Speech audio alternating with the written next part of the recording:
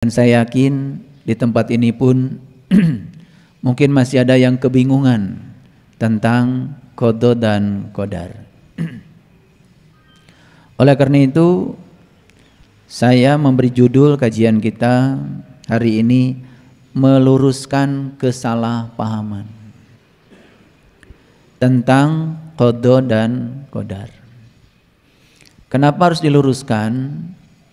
Karena saya bermula dari diri saya sendiri.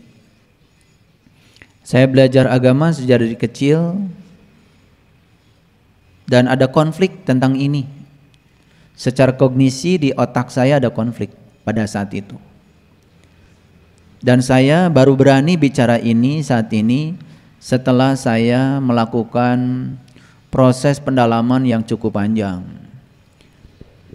Kalau saya hitung, saya merenungi ini mungkin kurang lebih 30 tahun. Bukan waktu yang sebentar. Di mana letak konfliknya? Selama ini kita memahami bahwa qada dan qadar itu adalah ketentuan Allah yang tidak bisa diubah. Dan ketentuan itu mengikat bagi setiap makhluk, terutama untuk manusia. Bahkan selama ini kita memahami rezeki sudah ditentukan oleh Allah. Umur sudah ditentukan oleh Allah. Jodoh sudah ditentukan oleh Allah. Apakah pemahaman itu benar? Ada benarnya, tetapi harus hati-hati menerapkannya. Karena kalau memahami itu dangkal, itu akan menimbulkan sikap apatis. Contoh, saya kan sudah ditentukan oleh Allah rezekinya segini. Memang takdir saya, nasib saya harus jadi orang miskin. Ya sudah, saya berserah diri saja kepada Allah, karena ini sudah jadi ketentuan Allah. Bahaya nggak sikap seperti itu? Bahaya. Umur saya sudah ditentukan oleh Allah. Jadi buat apa saya harus makan sehat? Buat apa saya harus belajar mensucikan jiwa saya? Buat apa saya harus belajar membereskan mental saya? Toh umur saya kan sudah ditentukan Allah. Nanti juga pada saatnya kan saya mati. Terus buat apa saya harus olahraga, susah-susah hidup sehat? Kan umur saya sudah ditentukan Allah. Bahaya nggak kalau gitu? Bahaya. Dan banyak hal lain yang sampai hari ini masih mencengkram pikiran kita. Pemahaman tentang qada dan qadar yang semacam itu masih bersifat umum dan masih menjadi paradigma di kebanyakan orang. Jadi hati-hati memahami kajian saya hari ini, karena saya akan memberikan sedikit lompatan, ada transformasi kesadaran. Saya bukan mau menegasikan peran Allah, tidak. Karena dia sang kehadiran, dia sang keberadaan, tidak ada satu peristiwa pun di semesta ini yang terjadi tanpa kehadirannya, tanpa keberadaannya. Seorang ibu tidak mungkin punya anak kalau tidak ada kehadiran Allah. Bahkan seorang ibu tidak mungkin bisa ngeden melahirkan anak kalau tidak ada kehadirannya. Jadi kehadirannya tentu saja sangat penting. Keberadaannya tentu saja sangat penting. Oleh karena itu, pahami betul kajian kita hari ini, karena saya akan mengajarkan cara menerapkan pemahaman tentang qada dan qadar yang benar. Jadi kalau saya baru berani bicara ini 30 tahun, berarti ini adalah sebuah analisis yang sangat panjang. Dan mengapa ini harus diluruskan? Karena ada bahayanya. Bahayanya adalah ketika ada paradigma yang mengikat seseorang lalu menimbulkan sikap apatis. Nah, sikap apatis itu membuat seseorang menjadi sulit untuk keluar dari zona tertentu untuk memasuki zona lain yang lebih baik. Lalu diiringi dengan sikap pasrah yang keliru, itu juga menjadi sangat berbahaya. Sekarang kita bicara fakta dulu. Kita gaul sedikit ya. Saya akan bicara data statistik. Di seluruh dunia ada data statistik tentang rata-rata umur manusia berdasarkan bangsa. Dari semua bangsa di dunia, yang rata-rata umurnya paling panjang itu adalah bangsa Jepang. Dan di Jepang sendiri ada satu daerah namanya Okinawa. Rata-rata umur manusia di sana secara statistik di seluruh dunia itu di atas 95 tahun. Bahkan saya baca artikel terakhir itu sudah mencapai angka di atas 100 tahun rata-rata umur mereka. Ini rata-rata ya. Rata-rata bukan berarti semua orang di Okinawa umurnya segitu. Rata-rata sebagian besar. Lalu diselidikilah oleh para peneliti, faktor apa yang menyebabkan umur mereka itu bisa panjang. Ternyata mereka itu menerapkan yang namanya pola hidup sehat. Nah, persis seperti yang sering saya sampaikan. Jadi hidup sehat itu ada 10 prinsip. Yang pertama hati selalu bahagia. Dan orang Okinawa menciptakan kebahagiaan itu begitu mudah karena di situ sudah menjadi karakter. Dan bahagianya mereka tidak digantungkan pada situasi di luar dirinya. Bahagia itu adalah keputusan dirinya sendiri. Yang kedua, I-nya istirahat yang cukup. Dan istirahat yang dimaksud di sini bukan istirahat tubuh saja, tetapi istirahatnya pikiran terutama. Yang ketiga, diet yang seimbang. Nah ini ya, mereka sudah menerapkan sebuah pola hidup di mana makanan yang ada di alam itu sudah siap makan. Makanya mereka menyantap makanan langsung dari alam. Jadi tidak banyak mereka itu memasak menggunakan api. Karena mereka memiliki paradigma kalau makanan yang dari alam ini disentuh api itu rusak struktur molekulnya dan itu menjadi tidak bagus buat tubuh. Makanya mereka menerapkan prinsip makan langsung dari alam. Makanya kalau kita juga makan di restoran Jepang kan, kita makan sashimi, makan salad, itu kan makanan-makanan yang langsung dari alam. Karena mereka percaya bahwa alam ini sudah menyediakan makanan dan siap makan. Jadi alam mengolah makanan siap makan. Nah, sementara kita punya paradigma bahwa makanan itu harus diolah dulu, diolah lagi. Ya toh? Nah, kalau kita di sini ya, kangkung nggak ada yang berani makan mentah-mentah. Harus dimasak karena orang tua kita mengajarkan harus dimasak dulu, ya kan? Kadang-kadang sampai warnanya berubah menjadi hitam. Ya toh? Nah, jadi menurut mereka itu sudah jadi sampah, tidak layak untuk disantap. Itu D-nya itu. Yang keempat U-nya, udara yang bersih. Maka mereka sangat menjaga lingkungan. P-nya adalah pengendalian diri. Itu yang paling berbahaya. Karena sebetulnya semua sumber penderitaan manusia berasal dari kegagalan mengendalikan diri. Selalu serakah pada yang diinginkan dan benci pada yang tidak diinginkan. Itu kebanyakan manusia. Itu sumber penyakit. Kemudian berikutnya sinar matahari yang cukup. Ya, sinar matahari bukan sekedar yang di luar, tapi sinar matahari yang di dalam. Makanya di Okinawa, ya, orang-orang tua itu masih naik sepeda dan mereka umumnya bertani. Karena dengan bertani itu kan sinar matahari cukup ya. Makanya Ayah Asep sehat terus karena tiap hari nyangkul. Ya bertani. Jadi sinar matahari nggak akan kurang. Mungkin di sini kalau dites siapa yang paling cukup vitamin D3-nya, saya yakin Ayah Asep. Itu pasti di atas 100 tahun.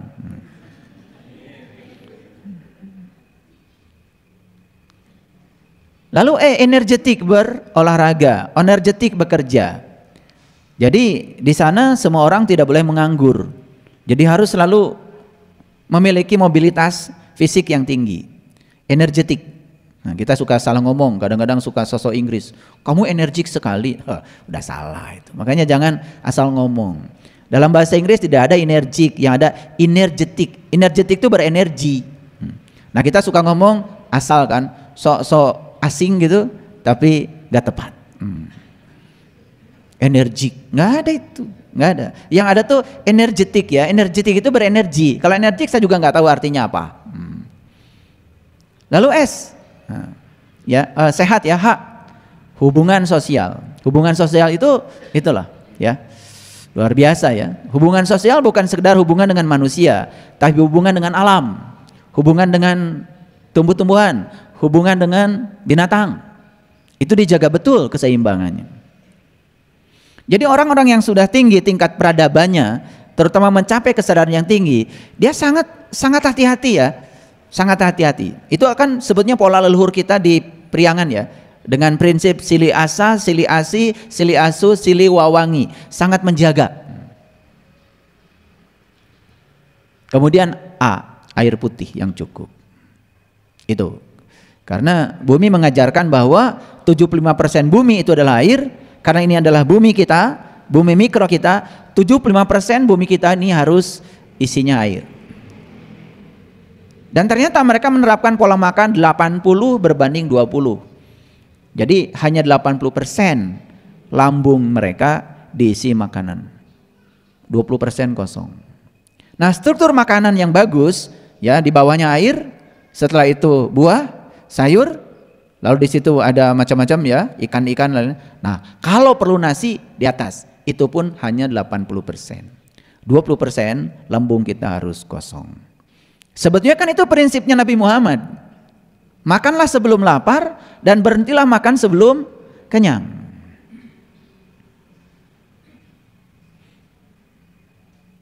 Tapi prinsip itu kan digunakan, mohon maaf ya, secara nyata, secara praktek justru ya di Okinawa. Pertanyaannya, jadi kalau umur itu ditentukan oleh Allah,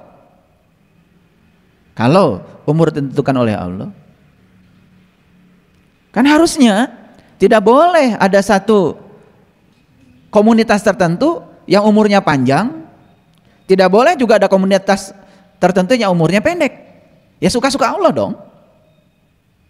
Tapi fakta secara saintifik membuktikan bahwa orang-orang dengan pola hidup yang salah, pola makan yang keliru, kan rentan terhadap penyakit dibandingkan dengan orang-orang yang pola hidupnya baik.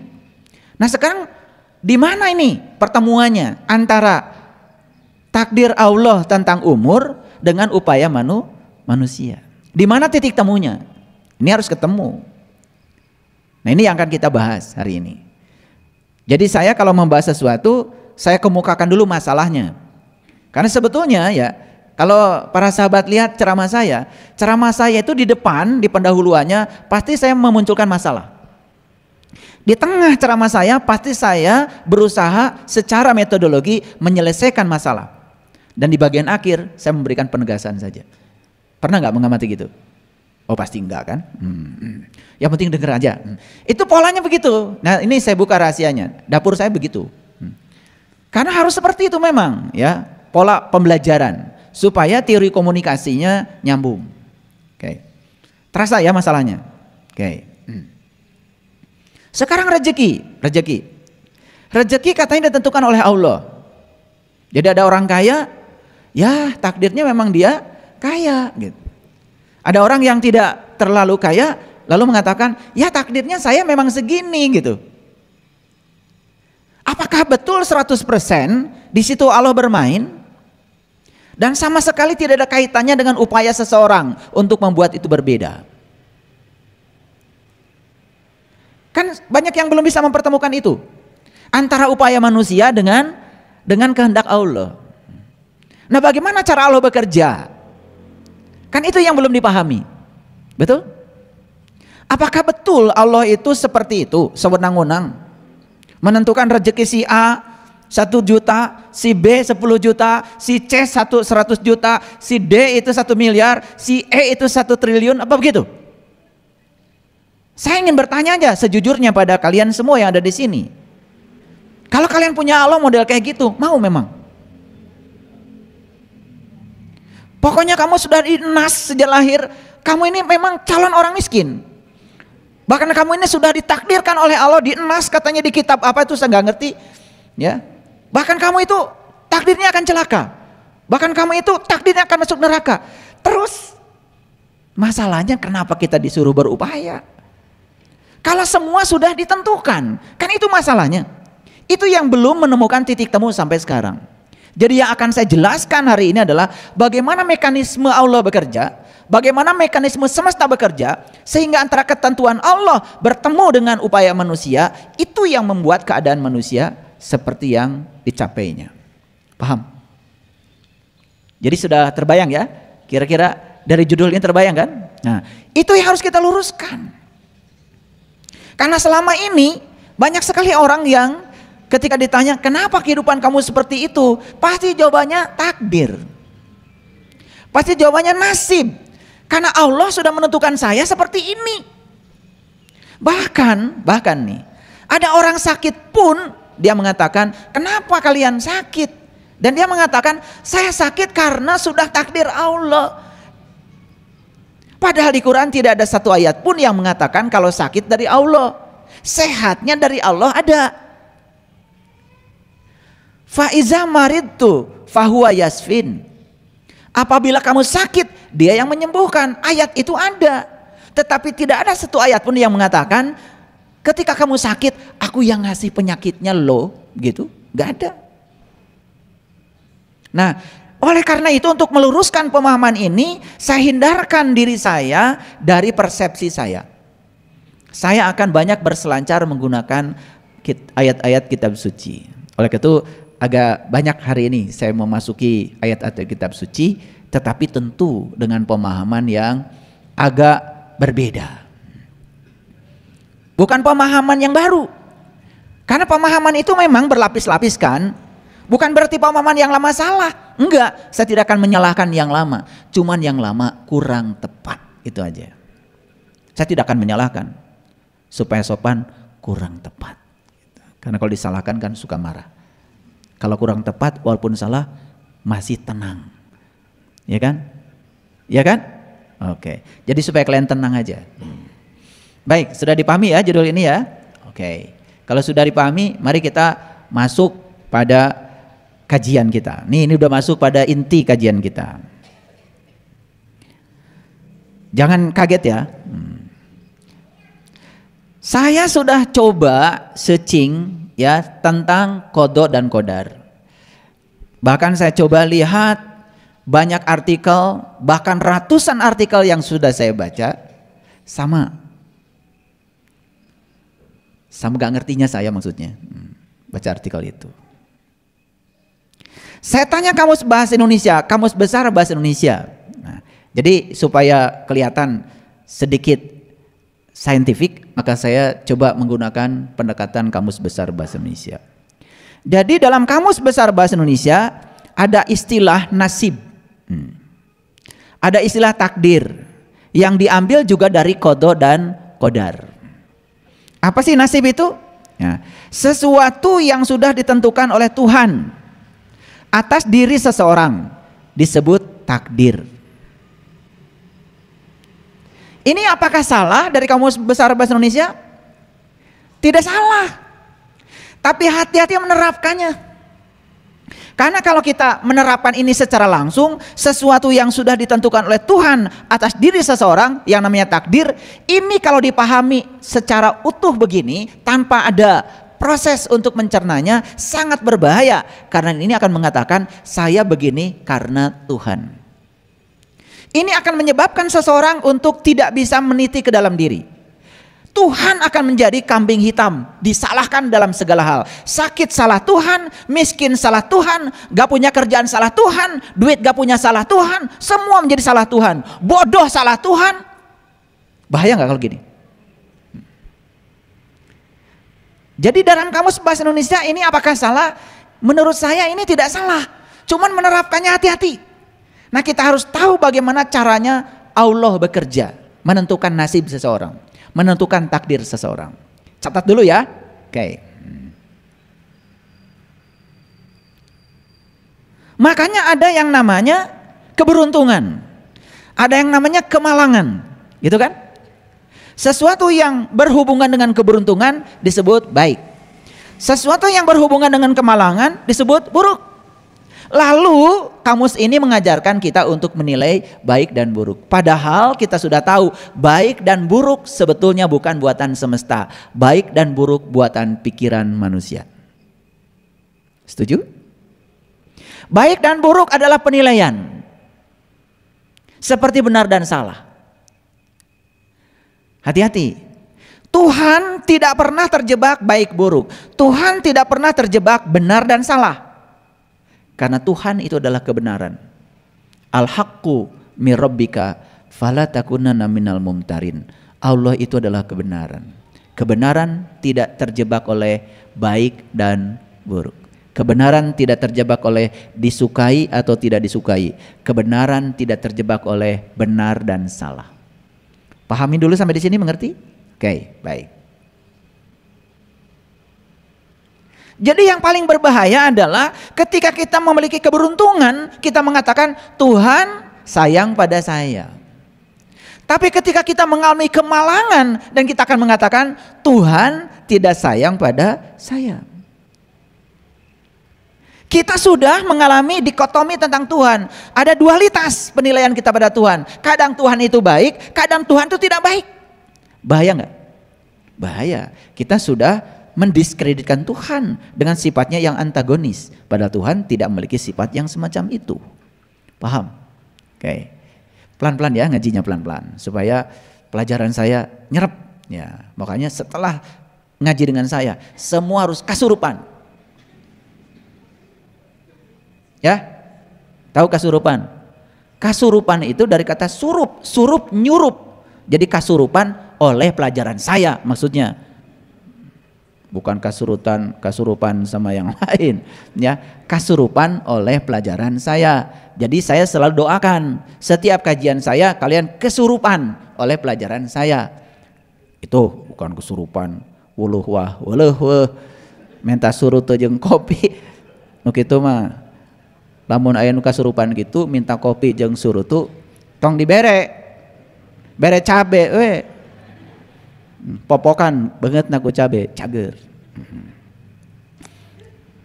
Itu acting sebetulnya, ya. Lalu datanglah tuh, ya, orang-orang yang sok pinter menganggap diri seorang penyembuh, ahli menundukkan kesurupan.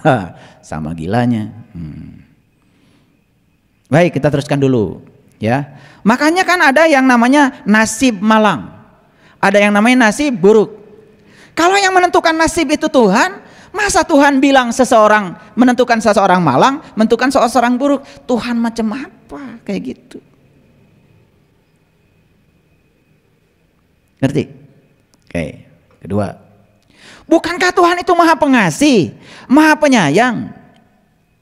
Ternyata setelah saya kaji lebih dalam, Tuhan tidak begitu modelnya. Tuhan itu menyediakan rezeki yang sama buat semua orang. Menyediakan kebahagiaan yang sama buat semua orang. Menyediakan yang sama buat semua orang. Kenapa kita berbeda? Kita yang membedakan menjadi berbeda. Karena cara kita untuk berhubung dengan Tuhan itu yang berbeda. Cara kita memandang Tuhan itu yang berbeda. Itu yang membedakan keadaan kita hari ini. Paham? Oke. Nah, ini kan harus dibongkar ya paradigma kita tentang Tuhan.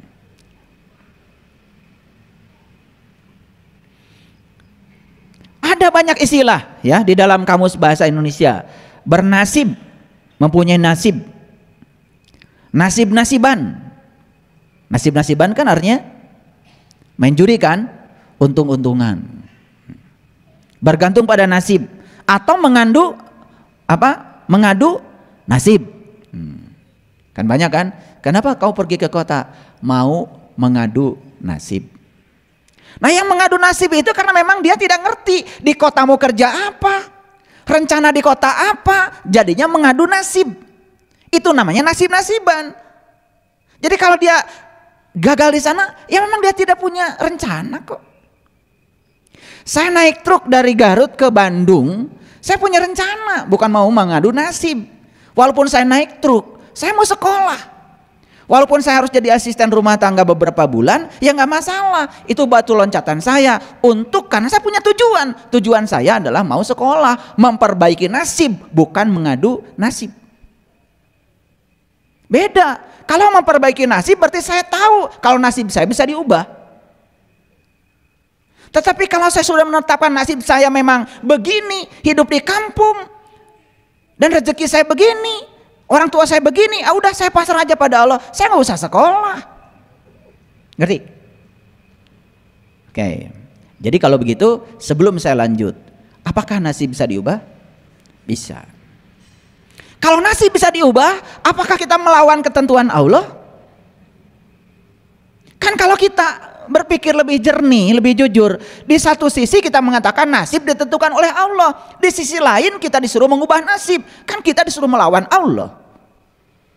Betul? Kak Hartos? Nah, gimana caranya supaya kita sejalan, tidak terlibat melawan Allah? Ketentuan Allah tetap ada, upaya kita juga jalan. Nah, antara ketentuan Allah dan upaya kita ketemu di titik tengah, sehingga di situ terjadi perubahan nasib. Itu yang mau kita kaji. Lanjut dulu ya, senasib. Ngerti ya? Yang ini cerita penderitaan. Yang dengar juga sama-sama menderita. Lalu bilangnya kita senasib. Karena merasa senasib jadi tenang. Ayah batur. Kan gitu. Betul nggak? Bahkan jahatnya kita untuk bahagia saja kita harus bandingkan diri kita dengan orang lain yang hidupnya tidak bahagia. Jahat kan? Kalian untuk mensyukuri kaki kalian yang sehat itu, masa harus kalian bandingkan kakimu dengan orang yang kakinya lumpuh? Dan banyak orang yang kemudian mengajarkan kita seperti itu, kamu bersyukur kakinya sehat. Coba lihat tuh orang lain yang kakinya sekarang lumpuh, hanya untuk bersyukur atas kaki sehat perlu orang lain yang menderita. Apa begitu? Apa nggak kejam itu ngaji seperti itu? Mau syukur ya syukur aja, nikmati. Kamu bisa jalan kemana-mana, kamu bisa melangkah kemana-mana, bisa olahraga, bisa diantarkan kemana kamu mau. Kenapa tidak cukup untuk mensyukuri itu? Harus ada orang lain sebagai pembanding. Nggak jahat gitu. Masa untuk merasakan kamu punya uang banyak dan menikmatinya setiap hari hanya untuk bersyukur kamu uangnya banyak, kamu perlu orang lain yang hidupnya miskin gitu? Apa dengan cara membandingkan itu bersyukur? Dan kita selama ini masuk di kekonyolan itu dan diajarkan kekonyolan itu dan dianggap itu kebenaran. Saya kasih tahu sekarang, jahat sekali kalian. Kalau hanya untuk bersyukur aja, kalian perlu pembanding orang yang lebih buruk kehidupannya dari kalian. Itu bukan syukur itu. Bukan syukur. Itu kejam. Gak tahu diri. Paham? Oke, kita tinggalkan kamus bahasa Indonesia. Sekarang kita masuk ke sini. Beberapa bulan terakhir ini di fase yang terakhir dari proses perjalanan saya. Jadi 30 tahun mencoba memahami apa sih qada itu, apa sih qadar itu. Kenapa dua kata ini qada dan qadar ini ada? Dan saya baca semua artikel yang ada, yang ditulis oleh banyak orang yang mengatakan dirinya menulis artikel, saya memahami qada dan qadar itu nggak jelas. Qada katanya ketetapan Allah, qadar juga ketetapan Allah. Atau ari sarua hartina nama ke beda, ngalilir maneh. Saya tahu ya, leluhur kita tuh kalau ngasih dua kata yang berbeda, pasti maksudnya berbeda, pasti artinya berbeda. Nah, saya ingin menyampaikan sebuah garis batas apa bedanya qada dan qadar. Gini, ada BMKG, suka meramal kan? BMKG bilang, Bandung besok hujan. Kata BMKG. Pernah nggak kalian berpikir, bagaimana caranya BMKG bisa bilang besok Bandung hujan? Itu namanya data.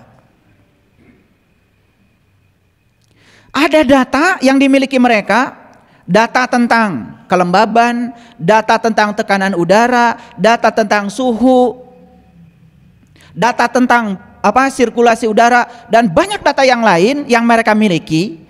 Dan data itu adalah sesuatu yang sudah terjadi. Ketika ilmuwan mencoba memahami data di daerah percobaan yang sudah dilakukan percobaan, itu namanya mengintrapolasi. Nah, ini agak sains sedikit ya. Nah, makanya ada intrapolasi, ada ekstrapolasi. Nah, kalau intrapolasi itu kita bicara kecenderungan data di daerah percobaan. Ilmuwan kadang-kadang mengekstrapolasi. Data kemarin begini, bagaimana kalau ditarik garis ke sini? Itu namanya mengekstrapolasi, menarik garis ke daerah yang kita belum punya datanya, karena besok kan belum ada. Dari situlah mereka mengatakan besok Bandung akan hujan, berdasarkan data yang sudah terjadi. Itu data. Nah, besok Bandung hujan atau tidak, itu namanya fakta. Jadi data bisa sama dengan fakta, data bisa tidak sama dengan fakta. Paham maksud saya? Ngeri ya? Namanya juga ramalan. Ramalan cuma dua kemungkinannya, probability dari ramalan cuma dua, karena 50-50. Iya atau tidak, terjadi atau tidak, kan begitu. Namanya juga ramalan.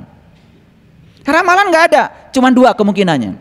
Ulangi, ada data, ada fakta.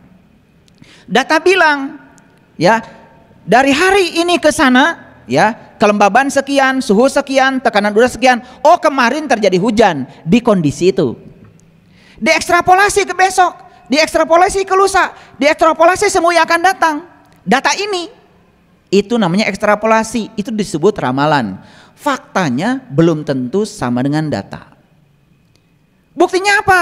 Ramalan dia meleset karena apa? Tiba-tiba ada treatment dari alam. Apa yang terjadi? Ada badai. Tiba-tiba bibit hujan yang di atas Bandung itu dibawa oleh badai. Itu treatment alam. Bisa treatment alam secara alami, bisa juga treatment ilmuwan. Kan bisa sebetulnya hujan dikurangi. Masih ingat kan ketika Jakarta terus diguyur hujan, banjir tak tertahan. Dibuat rekayasa oleh BPPT, bagaimana caranya supaya hujan tidak terlalu sering turun di Jakarta. Bahkan kemarau bisa ditreatment jadi hujan. Itu namanya treatment. Treatment itu bisa dari alam, secara alami, bisa juga dilakukan oleh ilmuwan. Itulah pentingnya ilmuwan. Ini ngerti nggak saya ngomong gini?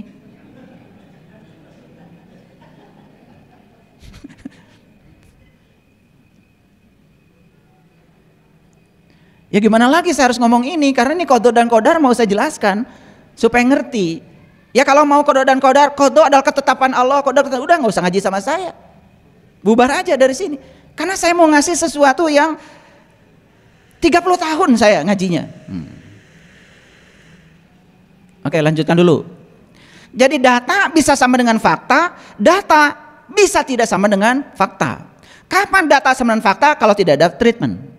Kapan data sama dengan fakta? Kalau ada treatment. Nah, saya diberi karunia oleh Allah bisa membaca data karma seseorang. Jadi saya bisa baca tuh 1000 tahun yang lalu kamu di mana dan kehidupannya seperti apa. Saya tahu. Saya diberi karunia itu. Bisa baca. Sehingga yang sudah dibaca data karma oleh saya kasih tahu. Di data terbaca sebetulnya Anda itu di umur sekian bakal kena penyakit kanker. Di data. Apakah faktanya di umur sekian bakal kanker? Belum tentu. Kalau mau ada treatment, makanya saya kasih treatment, ubah pola hidup kamu. Bisa jadi di umur sekian tidak jadi. Itu kan data. Ketika diekstrapolasi ke sana tanpa treatment bisa jadi itu. Contoh, saya bisa tahu seseorang ini di kehidupan yang dulu seperti apa kehidupannya. Misalnya dia itu banyak sekali berbagi pada orang. Dia punya tabungan dari kehidupan yang dulu itu, udah punya tabungan. Nah itu data. Faktanya di kehidupan yang akan datang, dia memiliki begitu banyak keberuntungan. Sedikit saja dia berupaya, rezeki datang. Beda dengan orang lain. Sudah berupaya dari pagi sampai petang, tetapi rezekinya susah dan seret. Kenapa dia tidak punya keberuntungan? Bukan Allah menguntungkan seseorang dan tidak menguntungkan seseorang. Yang ini di kehidupan yang dulu sudah punya tabungan kebaikan, sekarang diberikan tabungan itu. Karena dia sudah menciptakan sebab baik, akibatnya menjadi baik. Nah, orang-orang yang hari ini, mohon maaf ya, bertamu kepada orang, ke rumah orang, boro-boro dikasih air teh, diajak ngobrol aja dari pagi sampai petang, boro-boro dikasih makanan, nggak usah protes, itu datamu, ya datamu, karena kamu dulu juga kalau berkunjung ke rumah, kalau orang berkunjung ke rumahmu, ya diajak ngobrol, ya kamu sekarang diajak ngobrol juga. Jadi tidak ada di kehidupan yang sekarang itu datang ujug-ujug tanpa kita mengundang. Sebetulnya semua akibat yang terjadi sekarang sebetulnya adalah kita yang menciptakan sebabnya. Ngerti sampai sini? Pelan-pelan masuknya ya, supaya ngerti. Jadi sebetulnya apa qada dan qadar? Nih saya baru mau buka. Jadi bagi saya, makanya bukan bagi semua orang nih, bagi saya. Kalau kalian gak cocok, ya udah jangan diterima dulu. Kalau cocok, alhamdulillah. Bagi saya, makanya nggak boleh ada yang protes ya. Nih di YouTube nggak boleh. Bagi saya, ini cocok, masuk akal, terima. Gak cocok, udah simpen aja dulu. Mungkin baru terima 1000 tahun yang akan datang, nggak apa-apa. Saya doakan semoga aja lahir lagi jadi manusia. Jadi bagi saya qada itu adalah data. Sedangkan qadar itu adalah fakta. Ulangi lagi. Jadi qada itu data sebetulnya. Qadar itu fakta. Nah, sekarang kita berselancar dulu. Kita lihat beberapa artikel dari banyak ilmuwan. Saya pernah kuliah namanya fisika polimer. Apa yang saya pelajari? Yang saya pelajari itu adalah menyelidiki rantai protein dalam DNA. Di mana DNA? DNA itu ada dalam sel. Kalau kita mau menyelidiki satu atom hidrogen misalkan, itu mudah, tunggal atomnya. Tapi kalau hidrogen sudah jadi molekul H2, itu sudah 2 itu. Orbit molekulnya tidak sesederhana kalau dia tunggal, itu sudah diatomik, bukan monoatomik. Sekarang kalau sudah bicara sel, itu sudah poliatomik. Bisa dibayangkan gimana orbit molekulnya. Gak usah masuk situ, kalian pusing. Harus belajar fisika kuantum, harus belajar aljabar linier. Bukan aljabar yang S kuadrat ditambah 4X ditambah 3 sama 0, berapa X1 berapa X2 yang gitu aja kalian gak lulus. Ya kan? Bukan aljabar persamaan kuadrat seperti waktu di SMP kelas 1. Bukan. Aljabar linier itu berbicara tentang ruang momentum. Ya. Bukan ruang koordinat X, Y, Z lagi, bukan ruang biasa. Itu sudah ruang fase itu, ya. Itu perlu belajar matriks 1000 kali 1000, bukan 4 kali 4. Menentukan determinan matriks 4 kali 4 aja dulu waktu belajar matriks di SMA, kalian nggak lulus. Baru 4 kali 4, apalagi 1000 kali 1000. Itu nggak bisa lagi pakai manual, harus pakai komputasi. Itu waktu saya belajar. Disitulah saya tahu bagaimana hebatnya DNA. Ternyata DNA itu adalah rantai polimer. Di situ ada berbagai macam atom-atom yang disusun untuk membangun DNA. Isinya apa DNA? Sekarang semua ilmuwan mengatakan satu DNA dalam satu sel bisa menyimpan 3 miliar data. Jadi kalau tubuh kita sekarang ada 100 triliun sel, berarti ada 3 miliar kali 100 triliun. Itu HP kalian, walaupun ada kalkulatornya, suruh menghitung ini, langsung mati tuh HPmu. Coba ketik 3 miliar kali 100 triliun. Jangan-jangan kalian 1 triliunnya gak ngerti nolnya berapa. Betul nggak? Begitu diketik, HPmu itu hang. Jadi begitu banyak data di tubuh kita. Jadi oleh karena itu maka tubuh manusia ini isinya adalah data. Kenapa wajah kalian beda dengan wajah saya? Kenapa 8 miliar penduduk bumi hari ini wajahnya beda-beda? Itu yang menentukan wajah kita beda, bukan Allah. Yang menentukan wajah kita beda adalah data kita. Allah sang keberadaan, sang kehadiran hanya sebagai katalisator untuk mewujudkan itu terjadi.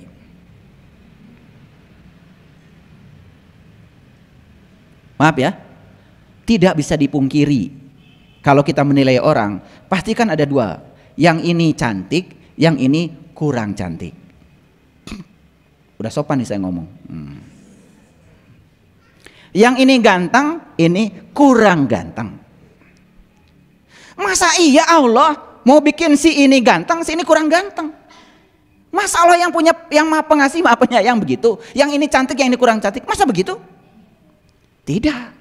Dia sang kehadiran, sang keberadaan, ngikuti maunya kita, ngikuti data kita. Makanya data kita akan sama dengan fakta. Jadi sebetulnya kita datang ke dunia ini bawa tubuh, isinya tubuh apa? Sel. Dalam setiap sel ada DNA. DNA isinya adalah data. Data isinya adalah informasi. Data apa yang dibawa oleh kita ke sini sekarang? 3. Satu. Semua utang-utang masa lalu kita bawa sekarang untuk dibereskan. 2, jalan bengkok yang pernah kita lalui di masa lalu, hari ini akan kita luruskan. Yang 3, pekerjaan yang belum selesai di masa lalu, hari ini akan dibereskan. Itu klasifikasi data. Di dalam tubuh kita ada yang namanya batara guru di sini, pineal gland namanya. Sistem kelistrikan manusia. Makanya manusia itu cuma 2, listrik dan kimia. Makanya orang sakit berarti ada gangguan kelistrikan di tubuhnya atau gangguan kimia dalam tubuhnya. Makanya ketika ada gangguan kimia, tubuh memproduksi zat-zat kimia yang tidak menguntungkan. Seperti zat-zat yang disebut dengan adrenalin. Ada zat-zat yang menguntungkan, dopamin, serotonin, oksitoksin, ya,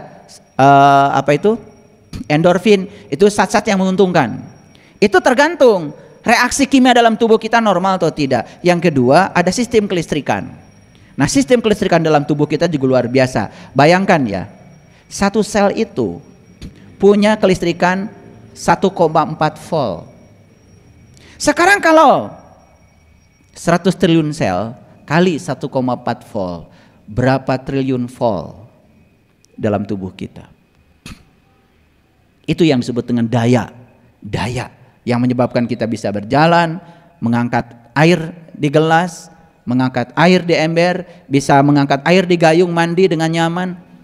Kadang-kadang kita tidak syukuri ya itu ya, bisa mandi di kamar mandi, ngambil air, itu aja kadang-kadang kita sudah lupa. Baik, kita lanjut.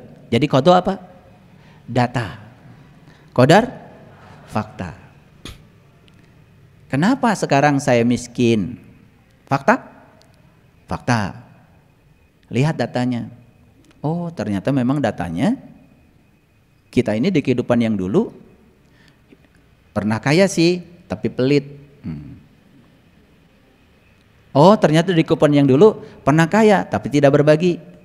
Pernah kaya, tetapi merugikan orang. Maka dia jatuh miskin hari ini karena dia harus banyak bayar data karma. Sama tuh data dengan fakta. Itu yang disebut dengan nasib. Siapa kalau itu pencipta data? Kita aja, saya gitu. Apa susahnya sih? Saya harus ikutan terus. Saya nggak mau ikutan. Kita, saya gitu. Jadi siapa pencipta data? Saya, gitu tegas aja. Saya berani bertanggung jawab. Kita yang babarengan wae. Kalau banyak uang saya ikutan. Saya gitu. Hese nyebut saya teh. Ya? Siapa pencipta data? Bagaimana cara kita mencipta data? Lihat saya semuanya. Cara kita mencipta data itu begini. Ini ruang kehidupan nih, ruang kehidupan. Ini ruang kehidupan nih. Kita ambil nafas dari mana? Dari ruang kehidupan. Masuk nafas ke sini. Begitu nafas masuk ke sini, nafas itu akan mengontrol semua yang terjadi di ruang tubuh kita. Terutama di ruang daya cipta di sini. Dan semua yang sudah dikontrol oleh nafas dibawa keluar. Kan nafas keluar sini. Set ke sini, disimpan datanya di sini. Nafas masuk lagi. Set. Direkam, bawa lagi ke sini. masuk lagi, direkam, bawa lagi ke sini. Terus begitu. Jadi setiap kali nafas masuk, dia merekam data. Apakah ada kebencian di dalam? Terekam. Ada iri hati di dalam? Terekam. Karena apa? Orang melakukan kebaikan, bernafas. Orang melakukan keburukan, bernafas. Bukankah nafas itu sudah mengizinkan pilihan apapun yang mau kita lakukan? Tapi nafas merekam. Saya bicara nafas ya, bukan bicara oksigen. Karena banyak orang yang, mohon maaf ya, kadang-kadang dangkal sekali. Dia bilang nafas oksigen. Kalau nafas oksigen, semua orang bisa beli oksigen. Semua orang bisa beli ventilator. Berarti semua orang bisa tidak mati-mati. Kenyataannya kan mati juga. Betul. Berarti napas bukan oksigen. Oksigen itu hanya sarana saja, ya, sarana secara fisik untuk melancarkan proses bernafas. Tapi napas bukan oksigen. Ulangi lagi. Napas masuk dari ruang kehidupan, merekam, keluar. Masuk lagi, merekam, keluar. Masuk, tersimpan di sini. Tersimpan di otak semesta. Dan semua data, baik data yang baik maupun data yang buruk, akan dikembalikan kepada kita untuk kita pertanggungjawabkan. Kapan? Di kehidupan yang mana saja. Itu yang kemudian jadi data. Saya kira itu yang disebut dengan qada. Qadarnya adalah ketika data itu tidak ditreatment, jadilah qadar. Ketika ditreatment, tidak jadi qadar. Fakta bisa berbeda dengan data.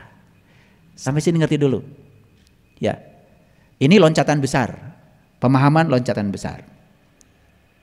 Dan sekali lagi, kalau berbeda dengan saya, sabar. Jangan menyalahkan saya. Karena saya sudah bilang, ini menurut saya. Dan saya bicara ini harus menunggu 30 tahun.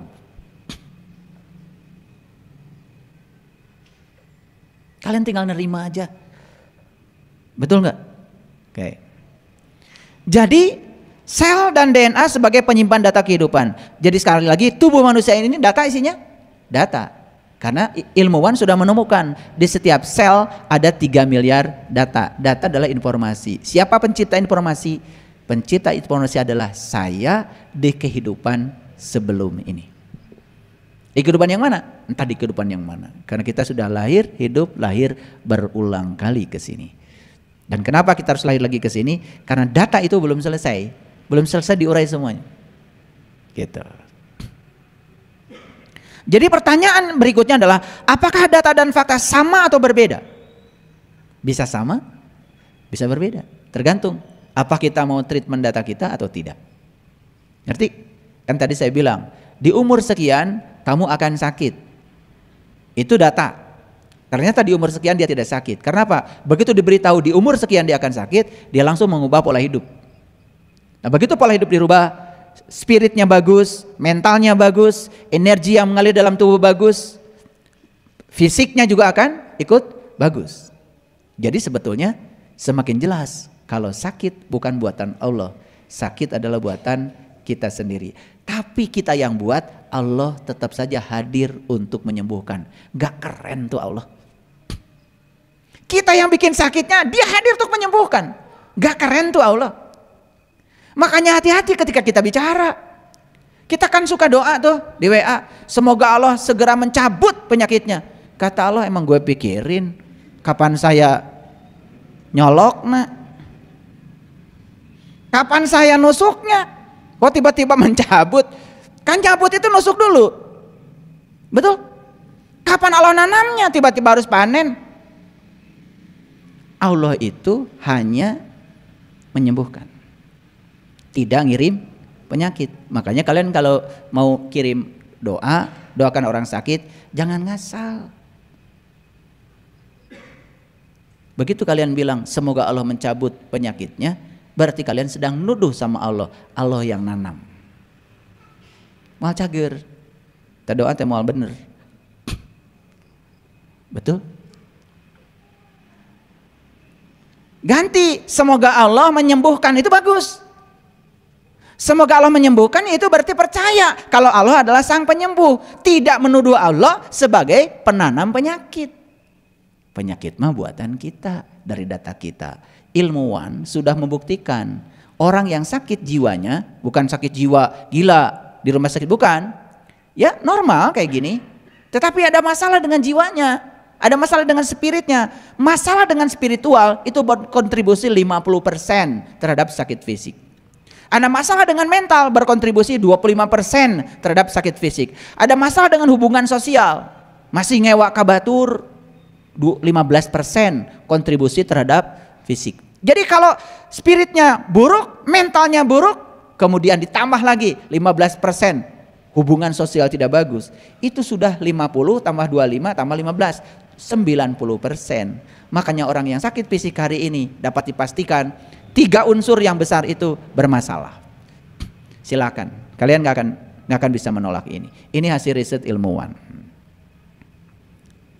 Jadi siapa pencipta data? Siapa? Saya. Sekarang siapa pencipta fakta? Kok jadi hilang suaranya? Pencipta data saya. Pencipta fakta saya. Tinggal sekarang mau nggak data sama dengan fakta. Disitulah kemudian Allah hadir menyatakan siapa yang mau mengubah nasibnya, ya insya Allah diikuti oleh Allah. Allah akan membantu untuk mengubahnya. Mari kita lihat sekarang, masuk ayat-ayat Quran. Sampai sini dulu, ngerti nggak sekarang tentang qada dan qadar? Jadi apakah di dalam qada dan qadar ada ketentuan Allah? Ada. Bagaimana cara Allah bekerja? Ngikutin maunya kita. Jadi tetap saja kuasa tertinggi ada pada kita. Makanya Allah bilang, aku bergantung kepada kamu. Kamu adalah apa yang kamu pikirkan, kan gitu? Kamu adalah apa yang kamu persangkakan kepadaku, kan begitu? Makanya dalam hadis qudsi Allah mengatakan, aku bergantung sangkaan kamu. Karena dia adalah kehadiran, dia adalah keberadaan. Kehadirannya untuk mewujudkan semua sangkaanmu. Jadi siapa pencipta kehidupan itu? Saya, bukan Allah. Allah itu hanya Rob. Rob itu adalah kehadiran, Rob itulah keberadaan. Kehadirannya sudah cukup membuat semua terjadi. Kamu ingin baik hidupmu? Yes, kata Allah, aku katalisator. Kamu ingin buruk hidupmu? Yes, aku katalisator. Allah ngikutin kita aja. Tapi hebatnya Allah selalu mengingatkan kita supaya kita tambah baik. Itu hebatnya Allah. Disitulah kasih sayangnya Allah itu hadir. Oke? Nah, jadi ya, bagaimana peran Allah dalam proses penentuan kehidupan seseorang? Ngerti sekarang perannya? Peran Allah dalam menentukan kehidupan seseorang bukan menentukan si A miskin, si B kaya, bukan. Yang ingin miskin, sok. Yang ingin kaya, sok. Yang ingin sehat, sok. Yang ingin kaya, sok. Jadi semesta ini oleh Allah diciptakan berdasarkan hukum sebab akibat. Siapa yang menciptakan sebab baik, maka dia akan menerima akibat baik. Siapa yang menciptakan sebab buruk, maka dia akan menerima akibat buruk. Di situ Allah bekerja sebagai katalisator. Itulah yang disebut dengan Rob al-Alamin. Suka baca kan? Suka. Bacanya aja kalian keliru. Alhamdulillahi Rabbil Alamin. Hirob. Hirob itu perang. Makanya perang terus. Coba luruskan bacaan Al-Fatihahnya. Alhamdulillahi Rabbil Alamin. Alhamdulillahi segala puji milik Allah itu kalimat yang terpisah. Rabbil Alamin juga terpisah. Alhamdulillahi segala puji milik Allah. Rabbil Alamin, dia adalah keberadaan, dia adalah kehadiran di semesta ini, bukan pencipta. Coba baca Al-Fatihah yang dibetulkan. Alhamdulillahi Rabbil Alamin, Ar-Rahmanir-Rahim, Maliki Yaumiddin, Iyyaka na'budu wa iyyaka nasta'in. Hanya kepadamu aku menyembah, bukan iyyaka na'budu wa iyyaka nasta'in. Gimana sih kalian? Iyyaka dengan na'budu terpisah. Iyyaka na'budu wa iyyaka nasta'in terpisah. Ini disatukan, iyyaka na'budu wa iyyaka nasta'in. Gimana? Dari sisi grammar aja itu tidak memenuhi syarat. Belum lagi siapa itu kana dan kanas. Di daftar setan tuh ada tuh si kana dan si kanas. Jadi kalian sholat manggil setan. Alhamdulillahi rabbil alamin arrahmanir rahim maliki yaumiddin iyyaka na'budu wa iyyaka nasta'in ihdinas syiratal mustaqim syiratal ladzina an'amta 'alaihim ghairil maghdubi 'alaihim waladdallin. Amin. Nah kalau baca Al-Fatihah gitu aminin. Alhamdulillahi Rabb, jangan aminin, perang terus kamu.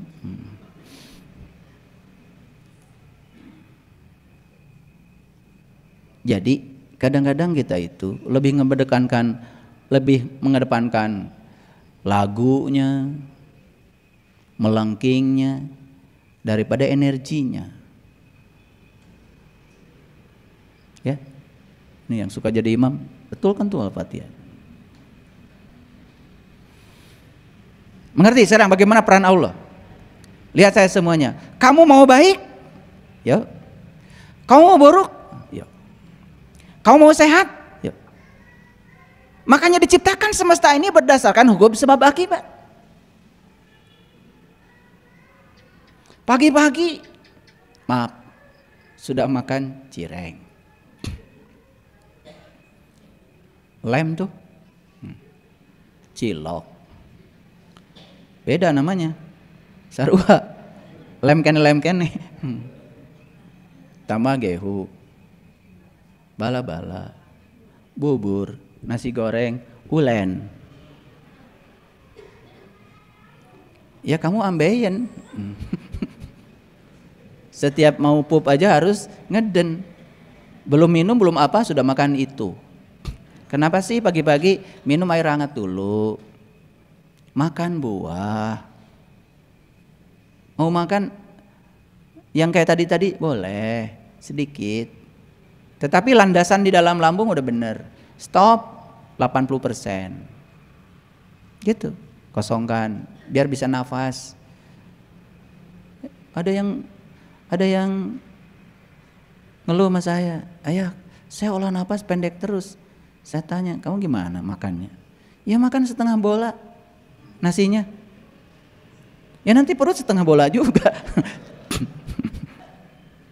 Piring pindah ke beteng. Jadi kembali lagi pada orang Okinawa tadi. Jadi ternyata manusia masih boleh berikhtiar. Data mungkin mengatakan dia mungkin umurnya pendek. Data. Tapi fakta masih bisa ditreatment. Karena Allah bilang, kalau kamu mau mengubah nasib ya bisa. Berarti kita boleh kan mengubah data. Dan untuk mengubah data harus ada treatment. Supaya kodok yang sudah ada, itu dirubah. Kodarnya tidak seperti kodok. Itulah kodok dan kodar. Kenapa dua kata ini berbeda? Kalian kan udah hafal banget dari dulu. Rukun iman ada 6. 10 agamamu nilainya. Betul nggak? 1 iman ke Allah. 2 iman ke malaikat Allah. 3 iman apa? Kitabnya Allah. 4 iman sama Rasulnya Allah. 5 iman sama hari kiamat. Kiamat apa? Poe akhir. Kiamat poe akhir. Kiamat itu hari kebangkitan. Nah, kodok dan kodar. Ima percaya sama semua ketentuan Allah. Tos we percantan ke Allah. Nah, eta imar keun tuh da abdi mah kodok sareng kodar ti Allah. Gitu Allah. Oke, mulai sekarang rubah ya. Oke, baik, lanjut dulu. Sebelum saya lanjut, saya simpulkan dulu. Jadi kodok apa? Data. Kodar? Fakta. Jadi data dan fakta bisa berbeda. Data dan fakta bisa sama. Ya kan? Dari mana data? Semua dari kehidupan kita yang telah. Ya kan? Fakta yang belum. Masih bisa diubah. Yuk, kita sekarang baca ayat ini. Maaf ya kalau terjemahnya agak berbeda. Saya ingin bacakan bahasa Arabnya ya supaya semua ngerti. Auzubillahi minasyaitonirrajim. Bismillahirrahmanirrahim. Lahu muaqibatun min baini yadai wa min khalfihi yahfadunahu min amrillah. Muaqibatun, maaf ya. Saya baca semua terjemahan yang ada, menerjemahkan muakibatun itu apa? Malaikat. Saya bingung. Saya bingung. Cuman kalau kalian kan nggak bingung kan? Semua menerjemahkan muakibatun itu malaikat. Jadi terjemahan yang ada kebanyakan begini. Bagi manusia ada malaikat-malaikat yang selalu mengikutinya bergiliran. Nah karena ada bergiliran, maka cocok kayaknya kalau muakibatun diganti dengan malaikat. Karena yang bergiliran katanya malaikat. Kan gitu? Padahal bahasa Arabnya nggak ada malaikat di sini. Lahu muakibatun, bagi manusia ada akibat. Bagi manusia ada akibat-akibat yang selalu mengikutinya bergiliran. Itu terjemahan saya. Dan cocok dengan bahasa Arabnya kan? Kan yang mengikuti kita tuh akibat-akibat, bukan? Bergiliran nggak? Atau belum ngerti? Kamu makan sembarangan, sakit perut kan akibatnya? Udah nunggu kan akibat itu? Betul? Iya. Kang Dadan lambat ke stasiun. Ya ada akibat yang menunggunya, ditinggal kereta api. Kan akibat. Sekarang saya menanya sama kalian, bukankah kalian sekarang sedang ditunggu oleh akibat dari sebab yang kalian buat? Betul nggak? Kamu makan banyak, akibatnya ya perutnya jadi, itu akibat. Ngerti maksud saya? Nonton TV kelamaan, matanya jadi runyam, akibat kan? Ngerti maksud saya? Begadang terus menerus, akibatnya apa? Akibatnya tubuh jadi kurang fit, kan begitu? Nah sekarang saya mau tanya, apakah kita sekarang sedang ditunggu oleh malaikat atau ditunggu oleh akibat? Kan akibat yang menunggu kita itu.